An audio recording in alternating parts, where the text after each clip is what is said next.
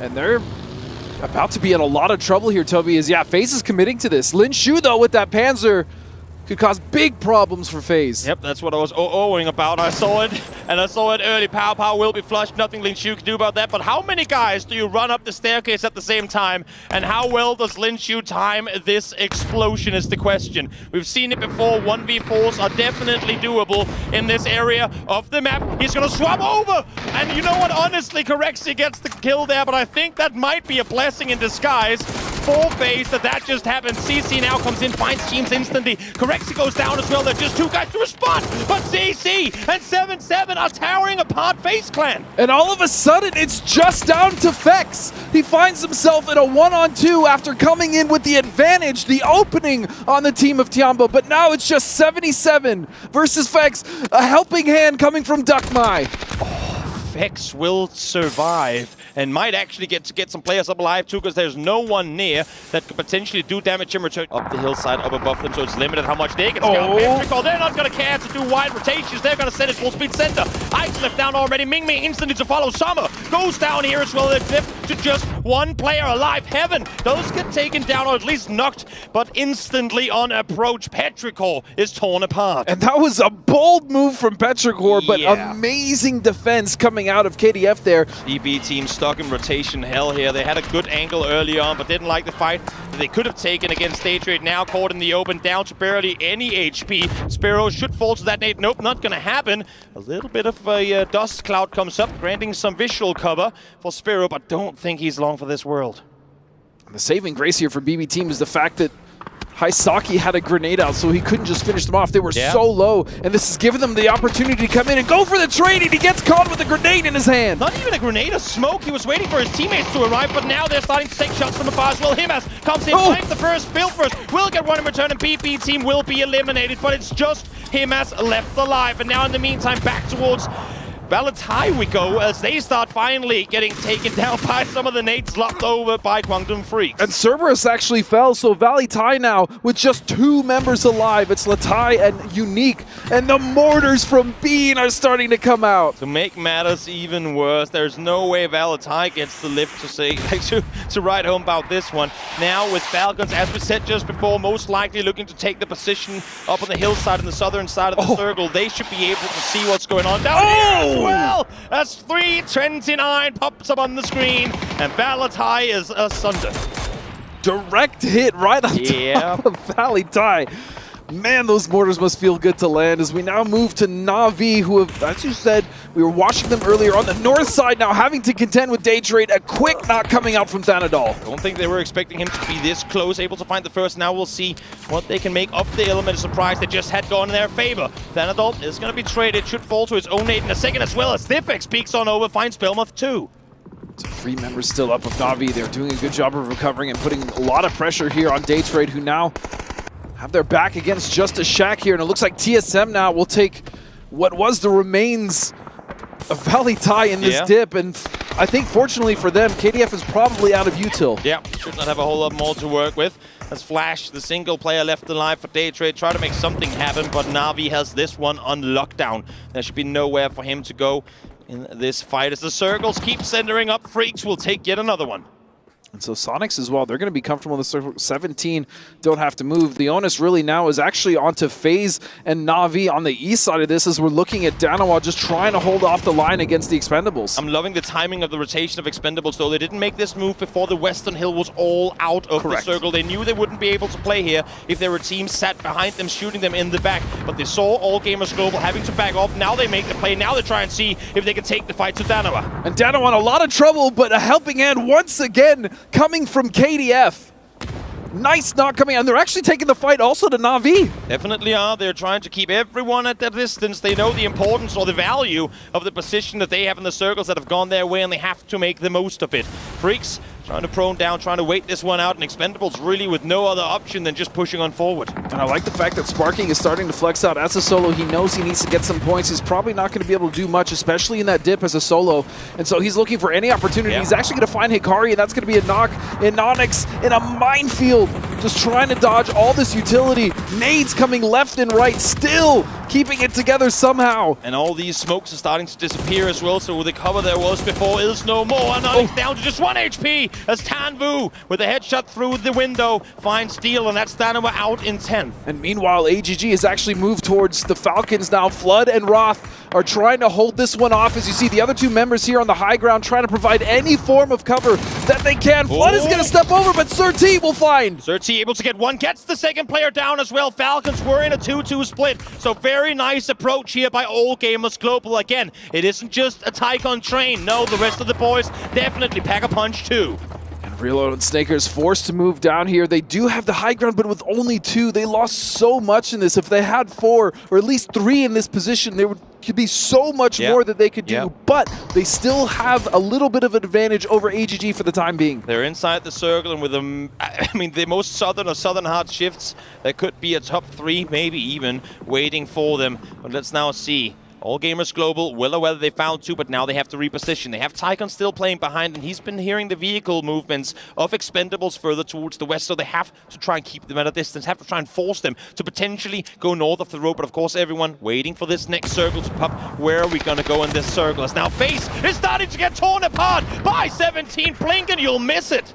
Absolute destruction of FaZe, as look at the control that AGG has as they're slowly making their way and trying to take away any form of control that the Expendables have on the west side. Meanwhile, Sonics can peek over this ridge, or at least try to peek over this ridge, but really they need to deal with 17. Ooh, All Gamers Global thought they had more time to do this. Now a little bit of a helping hand coming through from the Expendables. Dark Juice finds Snakers, so that's going to suppress them at least for a while. Falcons are outside the circle, so if All Gamers Global can just survive for long enough, they have a really, really good southern position to play from. But they want all their numbers back on their feet. They're currently sat in 15th. Should this next circle go south, and should they be able to get all players up alive, this could end up being a very good game for them.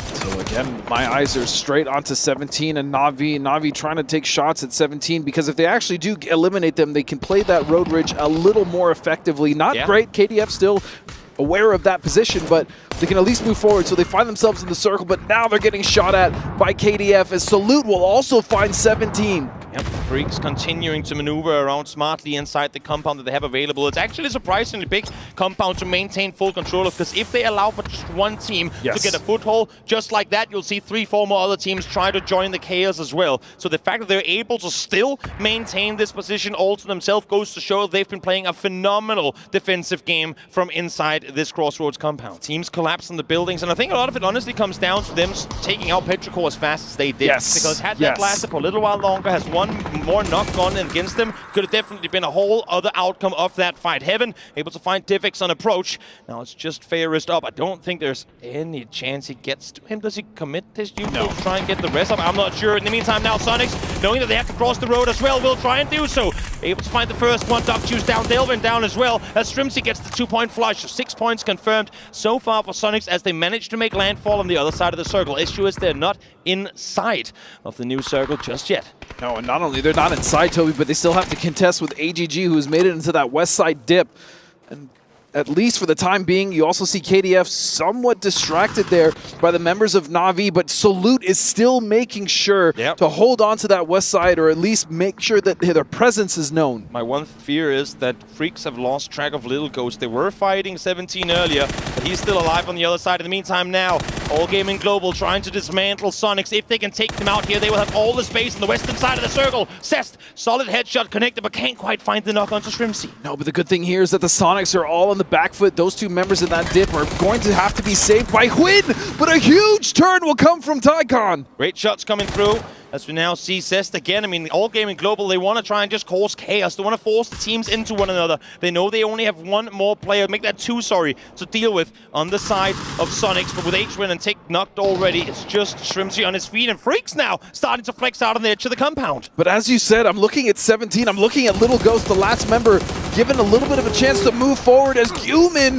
will finish off the Sonics. What a great game for the Freaks. Now they find one more as well. 17 Gaming eliminated in 4th place. Just 3 teams left alive. Fair is prone with a P90. Dangerous weapon in the hands of a dangerous player. We'll see if he can somehow turn the tide in who's going to come up victorious here. But for Quantum Freaks, they had the Miramar game on the east side of where we currently find ourselves in the group stages. And now they do it here again. Their ability to maintain control of these compounds. Yes, they get the circles, but they're all over the place and trying to defend them. Surti will find Fairest. More kills gone the way of AG Global, but now a 4v3. Look at the util availability. All Gaming Global have gone through practically everything up until this point, and Freaks still looking solid. Yeah, but All Gaming Global has such a good ridge line to play with here, Toby, and because of that, they have a small advantage here because you see the center of the compound that's in is now just those tanker barrels or those big silos. Yeah. And so that's not that great for cover, but the big thing for KDF, as you said, is that the amount of utility on AGG's side is very limited. The game will end inside this fence, just in between those 2 silos you see there, but Freaks will have to leave the positions they're in before All Gaming Global has to peek over that ridge line, or commit to the ridge line, I should say. So let's see, maybe if Tycoon and the boys can get a knock or 2 before the final full fight comes through. No util at all. It's just going to come down to aim battling, to skill, making sure that they get the knocks that they need. Do you wrap north? You know, they can't. It's too open. I was thinking maybe there's a ridge they can wrap around and try and get an off angle towards the west. But Salute, as you can see here, is looking for it. He's anticipating them to try and make some sort of a split play. Have a guy bait the attention in one direction while the other guys peek to the other. But it's not the case. All Gaming Global, they understand the terrain. They understand the situation. They have to just sit practically on top of each other and try and see if they can lock in those headshots. And I'm sure AGG would have liked to take that dip that Ferris was in, but they couldn't. Heaven was watching that the entire time, so he blocked off that angle entirely as the Freaks now starting to make their move forward with much more utility, or not much, but a little more utility than AGG had. But look at this, Tycon! He makes his way to the silo. He made it to the wall, now inside the compound proper as well. We'll see if this phenomenal player out of Vietnam can get something going here. He has done much harder things than winning a fight like this before, so it's not out of the realms of possibility. But still, it's going to take an incredible effort for the Global boys to bring this one home. So with only 1 member actually off-angled here, the other 3 members of Guangdong Freaks are just sitting together, which gives the advantage, I would say, to AGG now as they're coming around the same peak. Yep, they have the angle, they have to work, they have to move lads. It's a silo versus silo position. Still nades on the side of Freaks, but Tycon opens up the party with the first knock onto Salute. A big loss on the side of the Freaks. Now flashes lopped on forward. There are still flashes to be counted on the side of All Gaming Global. As Guman, massive off-angle, trying to isolate, but look at Tycon, spots him instantly. And Tycon taking a little bit of damage though, but he backs up, which gives Freaks a little bit of time. They need to push forward though. They're going to be stuck. Zest going for the headshot on Gumin. He doesn't find it. Does he get back to the boys on the backside of the silo? He might. No, it's not going to happen. They did get the rest on the other though. So we're back to a 3v3. They got the reset up initially, but now here comes the push. They're all the way up close. 30 trying to peek around, doesn't have a rest to work with. And you have to imagine that AGG notices now that KDF is on the other side. He comes around, but what a return! Seth finds one, Bean, Salute to find the other. Now it's a 1v2. It's all on Tycon to bring this home. He's wrapping around, trying to get the play on the other side. There's the flash. He's completely blinded. Salute makes the run for it. Tycon will go down. What an attempt, though. What an effort to try and bring it home. But in the end, what an incredible game played by the Freaks.